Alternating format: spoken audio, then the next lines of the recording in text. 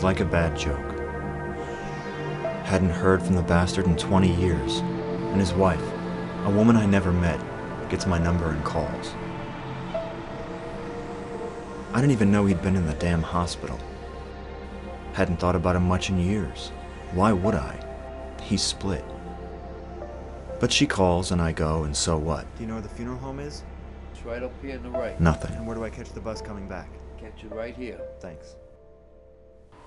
Would have been nice, I suppose, had I felt something. But I didn't.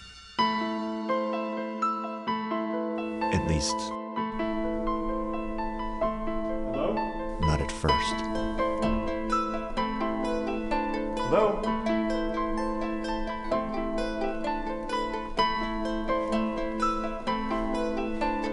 May I help you? Yes. So she leads me down this hall, where they have him in this room. It was cold. You could feel it through the door. Just give me a moment to make sure he's presentable. Presentable? I'm thinking, do you think he gives a shit, lady, if he's presentable? He's dead.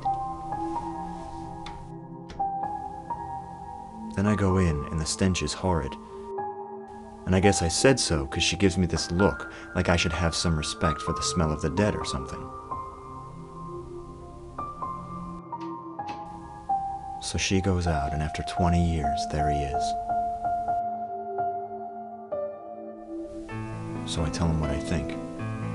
I said, "You should have been there, you old dead bastard. You should have been there." Anyway, I don't know why I'm talking to him, but I had all these questions, right? Like, why'd he split?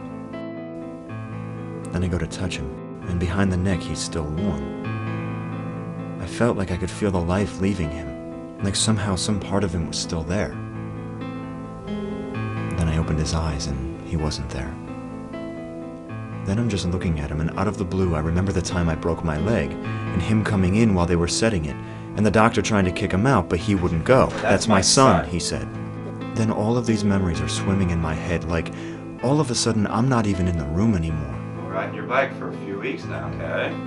I'm back 20 and I'm 6 years old again. And I'm thinking of how I idolized him when I was a kid, and how it used to be that he could do anything, and how I knew he could do anything, and how I wanted to be just like him when I grew up.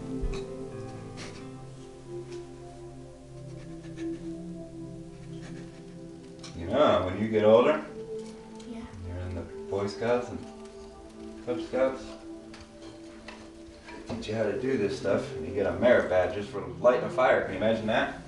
Anyway, the thing is, I'm standing there and I'm dreaming it, and then the lady comes in, and I notice I've got these tears running down my face. Take all the time that you need. And I'm feeling naked too, because I'm crying like a child in front of this lady.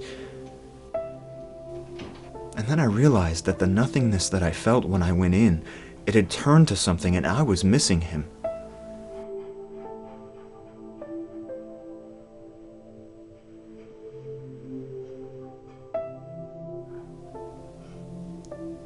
Then I was thinking about why I'd never changed my name to my stepdad's. It's like I'm the last male, and somehow that's always mattered somewhere. Bloodlines, I don't know. Anyway, finally I remember the book my buddy had given me that I took, because no matter what my old man did, I was going to read a prayer over him at least. And my friend had said, no matter what my father did, I owed him, because he gave me the gift of life. And I remember I said, great, some gift. But then I get there and I see him, and suddenly I realize that it was an excuse, you know? I don't know, I suppose I blamed the guy for not being there. And as much as I wanted him to be responsible for all that I had lost and none of what I gained, I suddenly realized that he did what he did simply because he couldn't do anything else. And that I really did owe him. Anyway, then I read my prayer over him. "And he walketh in all the sins of his father, which he had done before." And I was getting kind of scared too when I was reading it. "His heart was not perfect with the Lord, because it felt like something big was happening. And he did worse than all that were before him.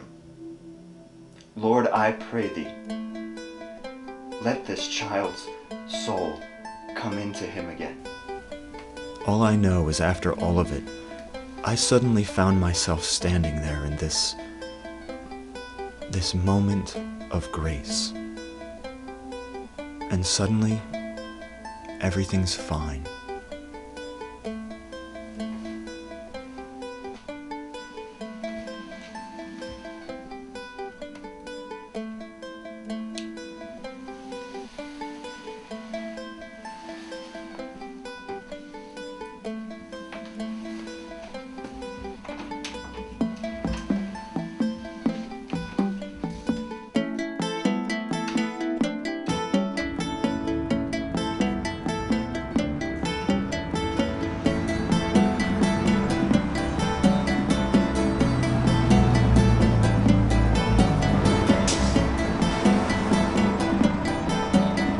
Hey, it's you again.